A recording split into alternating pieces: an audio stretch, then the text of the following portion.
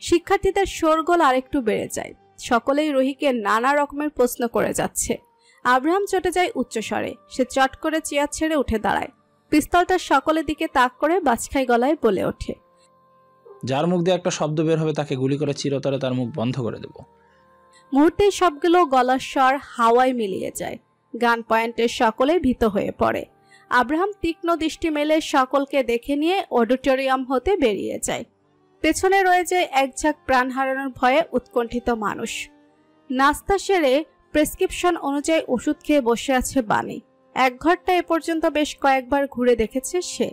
সিমছাম শৌখিন মানুষের হাতে যে বাড়িটা সাজানো তা দেখে স্পষ্ট বোঝা যাচ্ছে, কিন্তু বাণীর পা জোড়া বারবার গিয়ে থামে সেই রুদ্ধ দুয়ারে। মনে জাগে মৃদু চাপা কৌতূহল, রুমটা বন্ধ কেন? সে উত্তর খুঁজে পায় না সে। হয়তো সেই রুমটা এই বাড়ির মালিকের খুবই ব্যক্তিগত জায়গা। বাণী আর সেদিকে পা মারায় না। অন্যের বাড়িতে তার অনুপস্থিতিতে তারই ব্যক্তিগত ব্যাপারে এত উকিঝুঁকি মারাটা যথেষ্ট কুরুচিপূর্ণ কাজ। বাণী খাবার টেবিলে মাথা এলিয়ে বসে। চোখের সামনে ভেসে ওঠে বন্যির চেহারাটা। সেই মায়া চোখের বাচ্চাটাই তার বেঁচে থাকার একমাত্র কারণ। না হয় এই জীবনের প্রতি বিন্দুমাত্র আগ্রহ নেই বাণীর। মাথা এলিয়ে দেওয়ার কিছুক্ষণের মধ্যেই বাণীর ক্লান্ত চোখ জোড়া বুঝে আসে। ঘুমের রাজ্যে হারিয়ে যেতেই তার চোখের পাতায় ভেসে ওঠে অতীত। সময়টা 2013 সাল, 1420 বঙ্গাব্দ। সময়টা বর্ষাকাল। বাণীদের ব্যাচের ও লেভেল এক্সাম শুরু হতে বাকি কেবল 1.5 মাস। গত 1.5 বছরের অধিক সময়ে বেক বেঞ্চার বাণী তালুকদার মই বেয়ে একটু একটু করে নিচের ব্রোলটা টেনে শাহরিয়ার দুর্জয় নামক ছেলেটার পেছনে এনে স্থির হয়েছে। সবসময় নিজের দুনিয়ায় ঘুরে বেড়ানো মেয়েটা রাতারাতি নিজের জীবন নির্দিষ্ট রুটিনের আয়ত্তে এনেছে।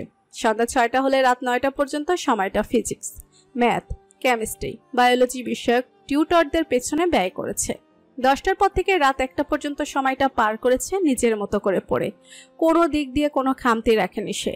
তার এই আমূল পরিবর্তন দেখে তার পরিবার বিষম খেলেও মনে মনে খুশি হয়। ভেবে নেয় হয়তো বয়স বাড়ার সাথে সাথে বাণীর মধ্যে সিরিয়াসনেস কাজ করছে। ও লেভেল এক্সাম শুরু হওয়ার 1.5 মাস পূর্বে স্কুল জীবনের সমাপ্তি উদযাপন করতে শিক্ষার্থীরা মিলে তথাকথিত র্যাগ ডে অনুষ্ঠানের আয়োজন করে স্কুল প্রাঙ্গণে। স্যার ম্যাডামদের সঙ্গে কুশলাদি বিনিময় করে বাণী আরমিনকে নিয়ে ছুটে যায় গ্রাউন্ড ফ্লোরের ওয়াশরুমে। আয়নায় নিজেকে ভালো করে পরখ করে ইউনিফর্মের উপর র্যাগ ডের সাদা টি শার্টটা গায়ে জড়িয়ে নেয় সে। আরমিন বান্ধবীর স্পেশাল ডেতে তাকে সুন্দর করে তৈরি করতে ব্যস্ত। উঁচু করে বাঁধা পনিটেলটা খুলে উন্মুক্ত চুলগুলো চিরুনির সাহায্যে আশ্রয় দেয় সে।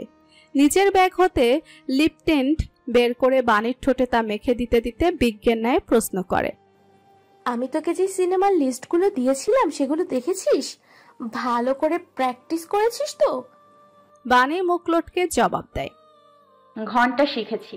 ধ্যাত, সিনেমার ডায়লগ মুখস্থ করে গেলেও ভাববে আমি মেমোরাইজ করা পড়া টিচারের সামনে উগরে দিতে এসেছি। আরমিন একটা দীর্ঘশ্বাস ছেড়ে সিরিয়াস মুখ করে বলে, আচ্ছা সিনেমার ডায়লগ বদ। শোন, তুই জাস্ট যাবি আর বলবি আই লাভ ইউ, শেষ, সিম্পল। বাণী নীরবে শুনল আরমিনের কথা। শুনতে যতটা সহজ মনে হচ্ছে বলতে ঠিক ততটাই কঠিন। বাণী প্রশ্ন করে, তোর কি মনে হয় ও আজকে আসবে? আসবে না কেন? গত 2 সপ্তাহ ধরে ক্লাস অফ। হয়তো শুধু র্যাগ ডে থাকলে আসতো না, কিন্তু স্কুলে বেসিক ফর্ম ফিল আপের ডেটও আজকে। অবশ্যই আসবে। 2 বান্ধবী রেডি হয়ে বের হয়ে দুর্জয়কে খুঁজতে। স্কুলের মাঠে সব স্টুডেন্টরা আনন্দে মেতে রয়েছে। শেষ স্মৃতি হিসাবে একে অপরের টি শার্টে লিখে দিচ্ছে কিছু সংখ্যক শব্দ। সব ভিড়ে খুঁজেও যখন দুর্জয়ের কোনো হদিস মিলে না, তখন বাণীর খেয়াল হয় দুর্জয় কোথায় থাকতে পারে। বাণী যাওয়ার আগে আরমিন তাকে জড়িয়ে ধরে বেস্ট অফ লাক জানায়। স্কুলের পেছনে শুনশান বাস্কেটবল কোর্টে পা রাখতেই বাণী দেখে কঠোর একটা বেঞ্চিতে মাথা নত করে বসে আছে কাঙ্ক্ষিত মানুষ। বাণীর মুখে হাসি ফুটে ওঠে। সে এগিয়ে গিয়ে নিঃশব্দে বেঞ্চির একপাশে বসে প্রফুল্ল গলায় বলে ওঠে, ইয়ো টপার, তোমার সাদা টি শার্টে কেউ মার্কার দিয়ে দাগ বসিয়ে দেবে সেই ভয়ে এখানে এসে লুকিয়ে আছো? অবশ্য আমার টি শার্টেও আমি এখনো কাউকে দাগ বসাতে দেইনি। ভাবলাম রোল ওয়াইনকেই না হয় সবার আগে সেই সুযোগ দিব। বলে বাণী নিজের হাতের মার্কারটা দুর্জয়ের সামনে ধরে। দুর্জয় মাথা তুলে তাকায় না, না কোনো প্রত্যুত্তর করে। দুর্জয়ের কোনো মতিভ্রম না দেখে বাণীও নীরব হয়ে যায়। মনে মনে কথাগুলোকে সাজিয়ে নেয়। মিনিট এক পরে কিছুটা সাহস সঞ্চয় করে বলে, I have to say something. বাণীর আর বাকিটা মুখে বলার সাহস হয় না। সে নীরবে উঠে গিয়ে দুর্জয়ের পিছনে দাঁড়ায়। হাতে থাকা লাল রঙের মার্কারটা দিয়ে সফেট টি শার্টে ইংরেজিতে লেখে, আই লাভ ইউ।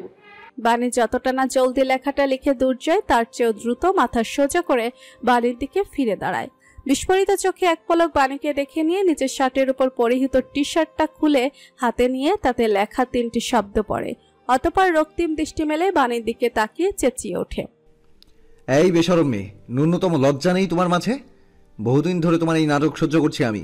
অল্প বয়সে যে এত পেকে গিয়েছো তোমার বাসায় জানে? কি মনে করেছো তুমি? ফার্স্ট বেঞ্চে বসা, পড়াশোনার প্রতি হঠাৎ সিরিয়াস হয়ে যাওয়া, এই মুখে রংচং মাখা, এসবের কারণ আমি বুঝি না? আমাকে ইমপ্রেস করার জন্য এত পরিশ্রম, অথচ আমি শুরু থেকেই তোমার প্রতি বিরক্ত। এটা বোঝার মতো সামান্য কমন সেন্স তোমার মধ্যে কাজ করে না। তুমি রিলেটেড প্রতিটা বিষয়ই আমার কাছে খুব খুব বিরক্তিকর লাগে। তোমার গান, তোমার গিটারের টুংটাং শব্দ, তোমার উচ্চ শব্দের হাসি, তোমার এই অতিরিক্ত এক্সট্রোভার্ট আচরণ, আমার দিকে তাকিয়ে তোমার বেহায়ার মতো ফ্লাইং কিস ছোড়া, each and everything about you is irritating. আর তোমার সাহস কিভাবে হয় আমার পারমিশন ছাড়া আমার গায়ে হাত দেওয়ার? তার উপর আবার বেহায়ার মতো এসব লিখে বেড়াও। What do you think? তুমি এভাবে আমার টি শার্টে আই লাভ ইউ লিখে দিলে আমি হাসতে হাসতে তোমার প্রপোজাল অ্যাকসেপ্ট করব? I just hate this bloody thing. কথাটুকু শেষ করতে না করতেই দুর্জয় নিজের হাতের টি শার্টটি দু হাতে টেনে হিস্ট্রে ছিঁড়ে ফেলে। তার দু চোখ ঠিকরে যেন আগুন বের হচ্ছে, নিঃশ্বাসের গতি এলোমেলো। হয়তো সর্বদা ঠান্ডা থাকা মানুষগুলো রেগে গেলে এরকমই তাণ্ডবলীলা চালায়। বাণী নীরবে দেখে দুর্জয়ের ধ্বংসলীলা। অপমানে থমথমে মুখশ্রী কালো হয়ে গিয়েছে ইতিমধ্যে। চোখে জমে থাকা অশ্রু গড়িয়ে পড়ার সুযোগ খুঁজছে কেবল, কিন্তু বাণী সেই সুযোগ দেয় না। আর এক মুহূর্ত দাঁড়ায় না সে, দৌড়ে কাউকে কিছু না বলে সেখান থেকে প্রস্থান করে। সাইকেলের গতি বাড়িয়ে পৌঁছে যায় বাসায়। সবার অগোচরে বাসায় প্রবেশ করতে চাইলেও হঠাৎ একজন যুবক এসে তাকে টেনে বসার ঘরে নিয়ে যায়। প্রফুল্ল গলায় জানায়, I have a good news.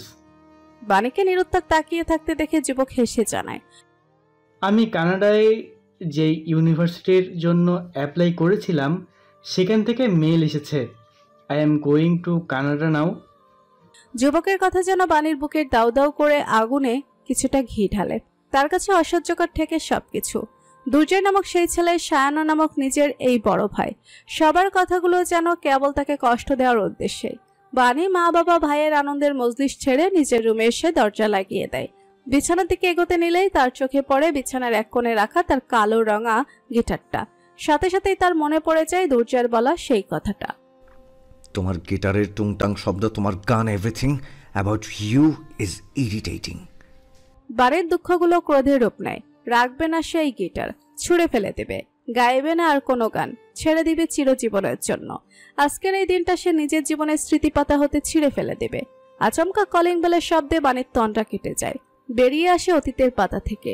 পুরনো স্মৃতিচারণে তার বুক চিরে বেরিয়ে আসে দীর্ঘশ্বাস। কিছু পাতা কখনো জীবন থেকে মুছে ফেলা যায় না। শাহরিয়ার দুর্জয় ও বাড়ির জীবনের সেরকমই এক অধ্যায়। রহিদের শিক্ষিকা রুনা ফারহানা 32 বছর বয়সী এক নারী। এক সন্তানের জননে এই নারী দ্বিতীয়বারের মতো অন্তঃসত্ত্বা। 1 মাস হয়েছে তিনি জানতে পেরেছেন এই ব্যাপারটা, সবেমাত্র 4 মাস। সামনের মাস থেকে উনি চাকরিটা ছেড়ে দিতেন, কিন্তু এসবের মাঝে এরকম একটা পরিস্থিতির সম্মুখীন হতে হবে কে জানত। বিপদ কি আর বলে কয়ে আসে? উত্তাপবিহীন দুপুরটা আজ অন্য দিনের মতো স্বাভাবিক নয়। চারিদিকের পরিবেশটা কেমন গুমট এবং থমথমে। আব্রাহাম আর অডিটোরিয়াম রুমের দিকে পা বাড়ায়নি, তবে দূর হতেই বিভিন্ন আদেশ দিয়ে চলেছে সে। যেই আদেশ অক্ষরে অক্ষরে পালন করছে অন্য আতঙ্কবাদীরা, যার মধ্যে অন্যতম হলো প্রতিটা কাচের জানালাই ঢেকে দেওয়া হয়েছে মোটা কাপড়ের পর্দা দ্বারা, যেন বাহির হতে কেউ তাদের গতিবিধি পর্যবেক্ষণ করতে সক্ষম না হয়। পুরো অডিটোরিয়ামে সবাই যখন একসঙ্গে জোড়া হয়ে বসে একে অপরকে সাহস ও ভরসা জুগিয়ে যাচ্ছে, ঠিক সেই মুহূর্তে অডিটোরিয়ামের এক কোণে মাথা নত করে অন্যদিকে ফিরে বসে আছে এক রমণী, সবার থেকে বিচ্ছিন্ন। দূর হতে সে আজ করতে পারছে সবার ঘৃণ্য দৃষ্টি। চোখ দুটো তার ফ্লোরের দিকে নিবদ্ধ, দৃষ্টি তুলে তাকানোর অবস্থায় নেই সে। এই ভয়ঙ্কর পরিস্থিতিতেও তার মধ্যে মৃত্যুভয় কাজ করছে। আজ এই আতঙ্কবাদীদের হাতে প্রাণ গেলেও বুঝি তার কিছু যায় আসে না। অতিরিক্ত টেনশন এবং দীর্ঘক্ষণ নিচে বসে থাকার ফলেই বোধহয় রুনা ফারহানা তলপেটে তীক্ষ্ণ ব্যথা অনুভব করছে। ব্যথাটা ক্রমশ কেবল বাড়ছে, বই কমছে না। প্রেগন্যান্সির সময়টাতে প্রায় মহিলাদের একটু পরপর প্রসবের চাপ অনুভব করে। মিসেস রুনাও তার ব্যতিক্রম নয়। মধ্যে দু একবার তিনি নিজের সমস্যার কথা জানিয়ে আতঙ্কবাদীদের নিকট আবেদন করেছে যেন তাকে 2 মিনিটের জন্য ওয়াশরুমে যাওয়ার অনুমতি দেওয়া হয়, কিন্তু হৃদয়হীন পশুগুলো ওনার আবেদন অগ্রাহ্য করে।